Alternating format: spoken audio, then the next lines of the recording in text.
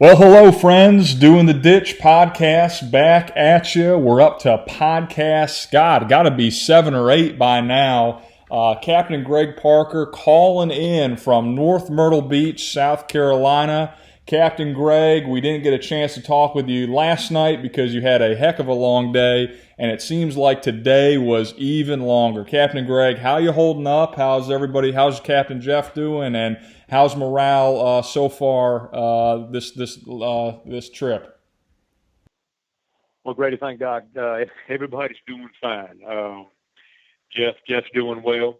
Um, yeah, and thank goodness I am too. Yeah, morale, that's a good word. Morale has been, I can't say it's been low, Grady, but the last couple of days, it would deter you from wanting to do any more boating, I can assure you. But we're keeping our chins up, buddy. There you go. You've had a heck of a day 3 and day 4, and we want to get a full recap because we have had so many people messaging, following you and Captain Jeff on that Garmin tracker, and trying to keep up with your story because, like I said, if you were in any part of the East Coast, you were hit with some type of weather over the Memorial Day weekend, all the way up from New York, I believe, all the way down to Georgia, South Carolina area. So, like I said, everybody was checking in, everybody was seeing how you were doing. Give us a recap of day 3 and day 4. What was it like out there? Well, you saw some of day three yourself because you took us back to Alligator River Marina. And as we crossed the bridge, um, I think your comment was "wow," and "wow" was exactly right. We actually we hesitated yesterday, Grady, to leave because it was blowing 180 degrees opposite than the day before. We're taking it right on the chin and taking a bunch of water over the bow from Corn Jack to Columbia, but the wind shifted out of the north, and we had a following sea out of Alligator, and we limped out, and we discussed it and said, okay, we're going to make a decision as we go. When we get under the bridge, we're going to go to the first marker, and if we're not comfortable, uh, because we had never taken the skiff on a down sea, following sea track, so we didn't know how it was going to react, and th- there's there's no good boat to take down sea and have something come over the back end. But I can assure you, on a skiff with the way this one is designed in the back, it would be catastrophic, and I don't use that word lightly. So we got we got into it, and Jeff agreed to look at the stern while I was at the helm, and he was giving me verbal commands to power up because 3 and 4 footers were coming. You couldn't run down the back of a wave for fear that you would pitch pole the boat and bury the nose. And then once you stop the boat, the one behind you has the ability to crash in. Um, so he was watching, and we had a couple that got really close, and this is not an exaggeration or trying to make a drama out of it. It's the truth because I asked Jeff how close was it, and the second one that got there, he said that one almost got us.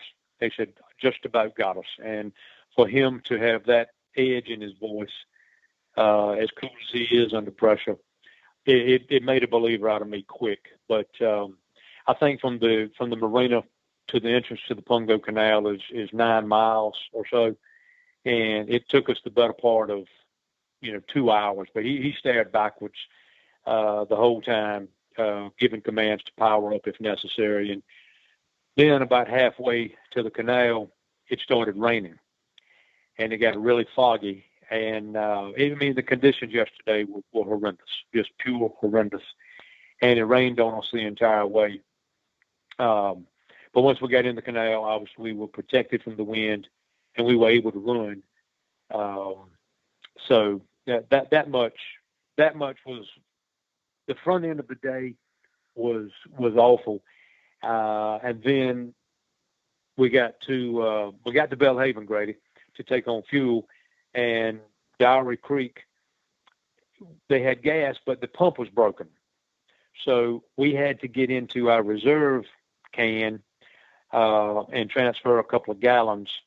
So then we went to River Forest Manor and took on fuel, and then crossing the Pamlico River, that was a challenge within itself.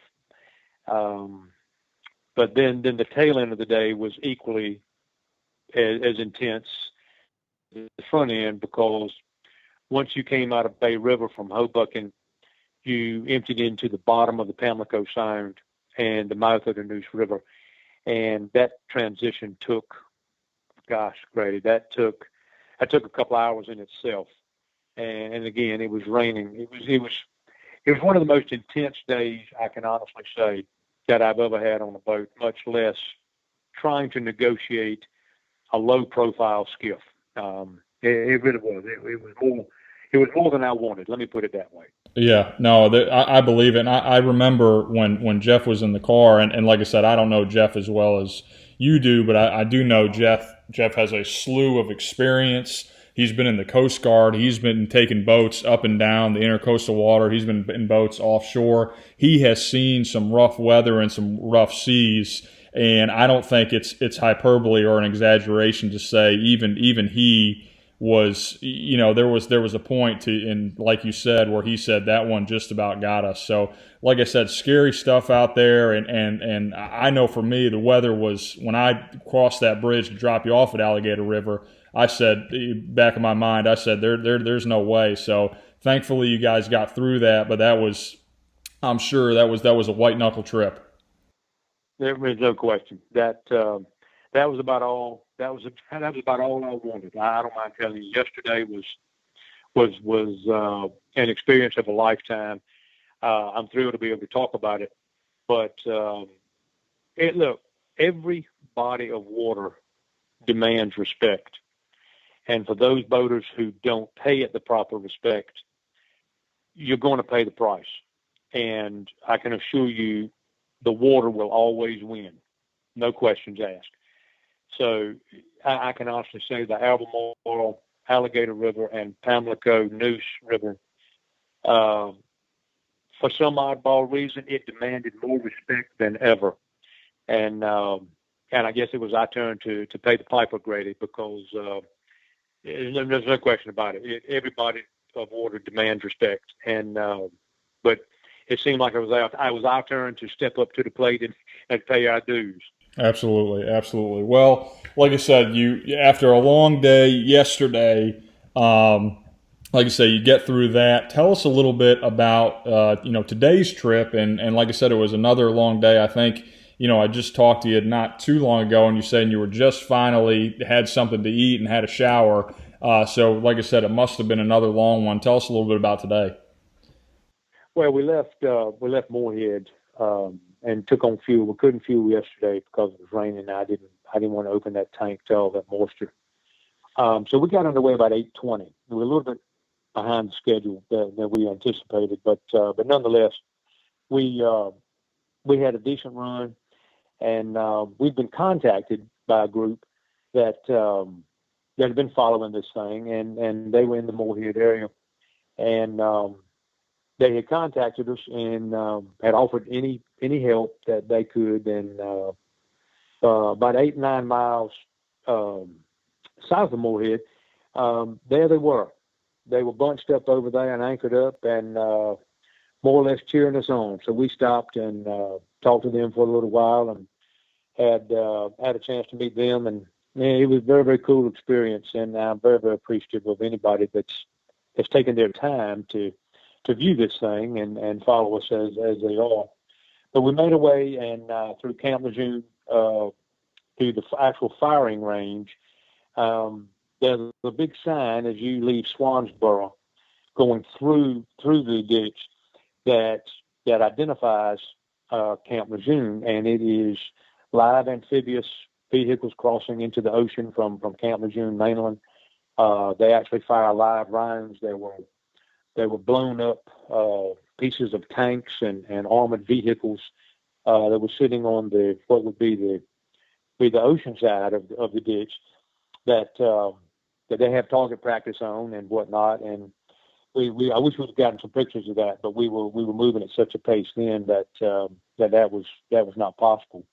But we did well. We ran hard and we fueled right around Wrightsville, and then we got into the holiday boating crowd in the Wrightsville area, and that slowed us down a little bit. But it looked to me like everybody was having a good time, and I was happy for them. But we got through that, and then we had to tackle the Cape Fear. And graded, the Cape Fear River was on par with the Pamlico Sound and Neuse River yesterday. And again, with the wind as it was, we were running down sea again. So it was my turn to stare at the stern and give commands. And we did manage to we took a little bit over the bow. We didn't by any means pitch pole the boat, but we did come off one a little quick, and we took a little bit over the front. But nothing major. It bailed, and we kept on going. And we actually had some friends contact us, and we met them at South Harbor Marina, right there at Oak Island. So we left there, and we made our way to Myrtle Beach. And unfortunately, the first marina, the original marina, we had a slip booked. We called to confirm, and they had given the slip away. So here it is, a holiday weekend, and we're scrounging for a place here. But Lightkeepers Village Marina had one slip left of all things. So we slid in there and tied her up and gave her a bath, and made our way to the hotel. So, it was a good day. It was a good day. We had one more major body of water to scoot across, and thank goodness we made it. And we had good weather, good sky. It was a pretty day. It was a very, very pretty day. It was kind of chilly. We never took our fire weather gear off. Never took it off all day. It was just so chilly running. But Grady, it was a good day. Like I said, we got through the Cape Fear. It was a little nasty, but we did well. Awesome. That's good to hear. And like I said, you talked about weather, and weather's kind of been a fly in the ointment of this trip so far. Looks like the weather report, should be a little bit better for the next couple days. So, like I said, hopefully you'll be able to get back on track and keep making pace. But knock on wood, the tough stuff is behind you. Well, Captain Greg, like I said, I know you've had a long day, and like I said, we don't want to keep you on too long tonight because you got a full day tomorrow. That's the thing with this trip; you're not taking any days off. You're going right through. So we want to make sure that you and Jeff are rested up. So we'll let you go, and we'll get back with you tomorrow. For those of you listening, again, don't forget you can follow every step of the way just by going to the doingtheditch.com website. There, right on the homepage, you can see our Where Are We Now, and that gives you real-time updates. It also gives you, the miles per hour. You can also message Captain Jeff and Captain Greg via that Garmin if you choose to. So there's a lot of cool stuff you can do there. Thank you for Garmin for helping us out and hooking us up with that. And like I said, continue to follow us on Doing the Ditch. Continue to follow our podcast, like, subscribe, spread the word, get the word out there. We're so happy with the community that's been created. And like I said, this is a testament to the boating community and how helpful and how kind. And it's just a really good community to be a part of. So please continue to spread the word. Check us out. We're available 24/7 online, and we'll continue to be pumping out these podcasts and these videos throughout the trip. For Captain Greg and Captain Jeff, I'm Grady Edwards of Waterman Media, leaving you with this. Don't wait to live. Reach out and grab it all.